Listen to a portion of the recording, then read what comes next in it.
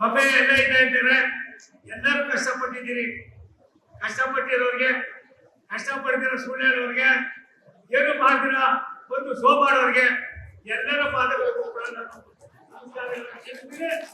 ಒಂದು ಮನವಿ ಮಾಡ್ತೀನಿ. 45 ವರ್ಷದ ನನ್ನ ರಾಜಕೀಯ ಜೀವನದಲ್ಲಿ ಇಂಥ ಸಂದರ್ಭ ಸನ್ನಿವೇಶ ಯಾರಾದ್ರೂ ಕೊಟ್ಟಿದ್ರೆ ಅದು ತುಮಕೂರಿನ ಭಾಷೆ.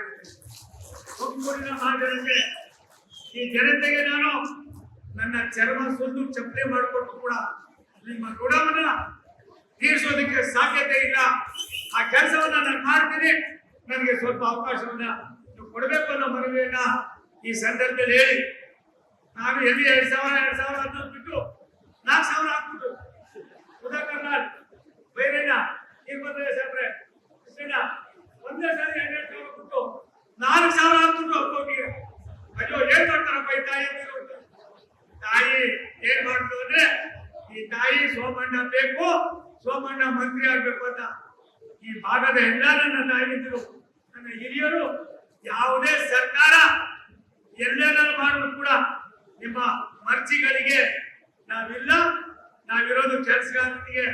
ಆ ಕೆಲಸಗಾರನನ್ನ ಎಲ್ಲ ಒಂದ್ ಕಡೆ ಮುಖ್ಯವಾಗಿ ತರಬೇಕು ಅನ್ನುವ ನಿಮ್ಮ ತೀರ್ಮಾನಕ್ಕೆ ಮಧುಗಿರಿ ಇರ್ಬೋದು, ವಡಗೆರೆ ಇರ್ಬೋದು, ತುಮಕೂರು ಗ್ರಾಮಾಂತರ ಇರ್ಬೋದು, ತುಮಕೂರು ಇರ್ಬೋದು, ತುರುವೇಕೆರೆ ಇರ್ಬೋದು, ಗುಬ್ಬಿ ಇರ್ಬೋದು, ಚಿಕ್ಕನಾಯಕನಹಳ್ಳಿ ಇರ್ಬೋದು, ಕಿತ್ತೂರು ಇರ್ಬೋದು.